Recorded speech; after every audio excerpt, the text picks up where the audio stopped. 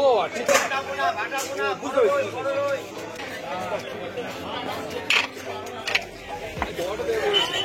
বাবু আড়াই কিলো বাবা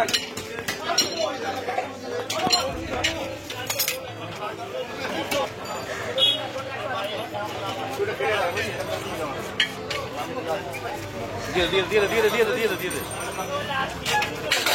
धीरे धीरे धीरे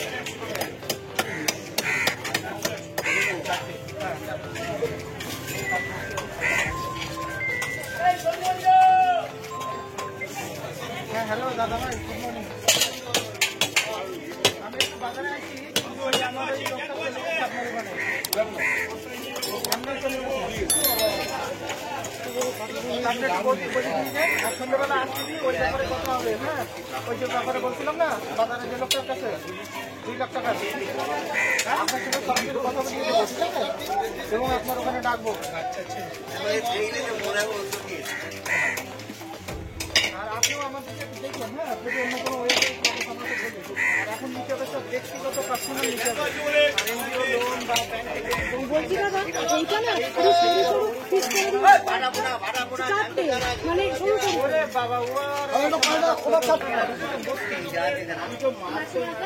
মাছের মাথা 40 টাকা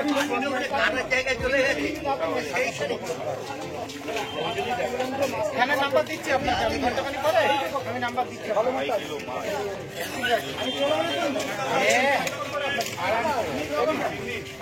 একটা মিলে একটা করো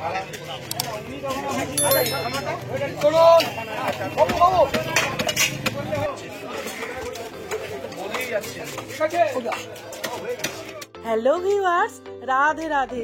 দুতুন কিচেনের পক্ষ থেকে সবাইকে স্বাগত আজকের একটা নতুন ব্লগে। আশা করি তোমরা খুবই ভালো আছো। আজকে কাতলা মাছ দিয়ে আলু দিয়ে লাল লাল করে ডালনা করব। মাছটা ভালো করে ধুয়ে নিয়েছি, তার উপর হলুদ গুঁড়ো আর নুন দিয়ে ভালো করে মাখিয়ে নেব।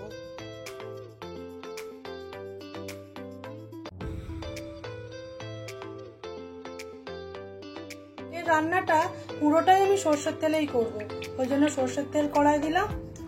তেলটা গরম হলে মাছ ভাজবো। তেল গরম হয়ে গেছে, এবারে মাছ ভেজে নেব। খুব ঝটপট আজকে রান্নাটা করব। ছেলে বলছে রোজ রোজ এই গরমে ঝোল খাওয়ালে হবে না, ওই জন্য ছেলের আজকে ইচ্ছা মতো একটা রান্না করব। অল্প মশলায় আজকে পেঁয়াজ অল্প, রসুন আদা অল্প দিয়ে ডুমো করে কেটে রাখা আলু এই সব দিয়ে আজকে বানাবো কাতলা মাছের ডালনা। মাছ ভাজা হতে হতে রসুন আদা সঙ্গে টমেটো দিয়ে একটা পেস্ট বানিয়ে নেব। মাছটা এক পিঠ ভাজা হয়ে গেছে, আমি উল্টে দেবো। এইরকমই নিচের পিঠটা ভাজা হলে তুলে রাখবো। মাছটা দু পিঠই পারফেক্ট ভাজা হয়ে গেছে, এবার আমি তেল জড়িয়ে তুলে নেব। এবার বাকি মাছ ভেজে নেব। মাছটা ভাজা হতে হতে এবার মিক্সির বাটিতে পরিমাণ মতো নুন, পরিমাণ মতো হলুদ গুঁড়ো, ধনে গুঁড়ো, লাল লঙ্কার গুঁড়ো। এবার ওই মাছ ভাজার তেলে ডুমো করে কেটে রাখা আলু ভেজে নেব। দিয়ে আলু ভেজে তুলে রেখে তারপরে আমি তেলটা তুলে নেব। অতটা তেল আমার রান্নায় লাগবে না। এবার কিছুটা পরিমাণ মতো নুন আর হলুদ দিয়ে আলু ভেজে নেব। রোজ ঝোল খেয়ে খেয়ে এই কদিন তো খুব গরম ছিল, ওই জন্য ঝোল মাছের ঝোল করেছি, নিরামিষ ঝোল করেছি। এবার ছেলে বলছে আর ঝোল হবে না, ওই জন্য আজকে আমি ডালনা করছি।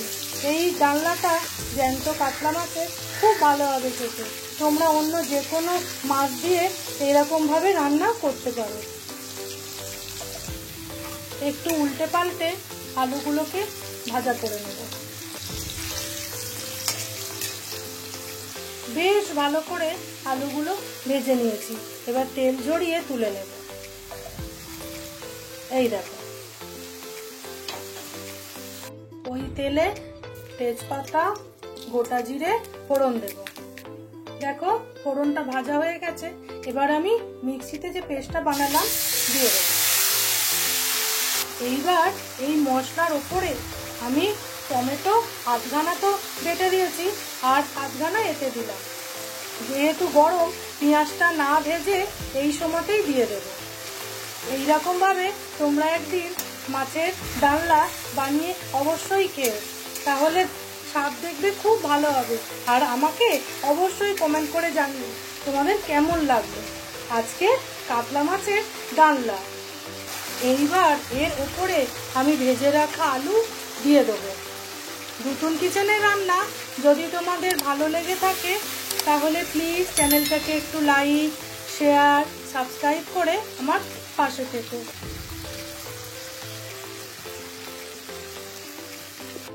এইবার মশলাটা সুন্দর করে আলুর সাথে কষা করব। আর একটা জিনিস, আমি জিরে শুকনো কড়ায় ভেজে গুঁড়ো করে নিয়েছি, এইটা আমি দেব। তোমাদের বলবো কখন ওটা দিচ্ছি, আগে মশলাটা কষে নিই।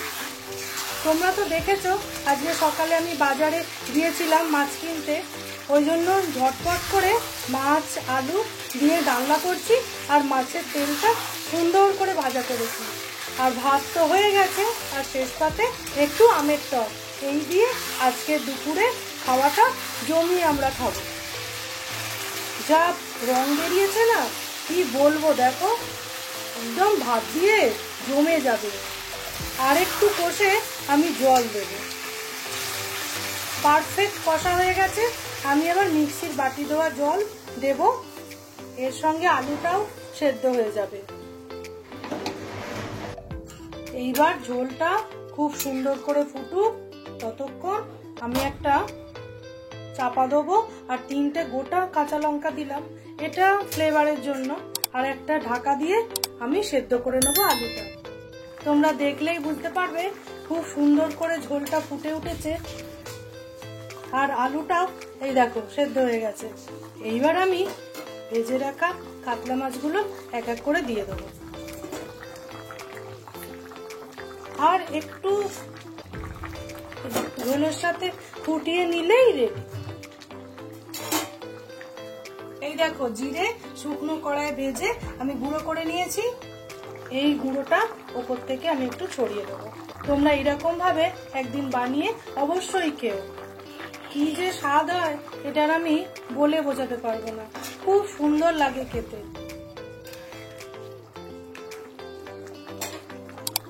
তাহলে বন্ধুরা, কাতলা মাছের আলু দিয়ে ডুমো ডুমো করে আলু, তার সাথে কাতলা মাছ আর ভাজা মশলা দিয়ে ডালনা তোমাদের কেমন লাগলো আমাকে অবশ্যই কমেন্ট করে জানিও, সেই আশায় রইলাম।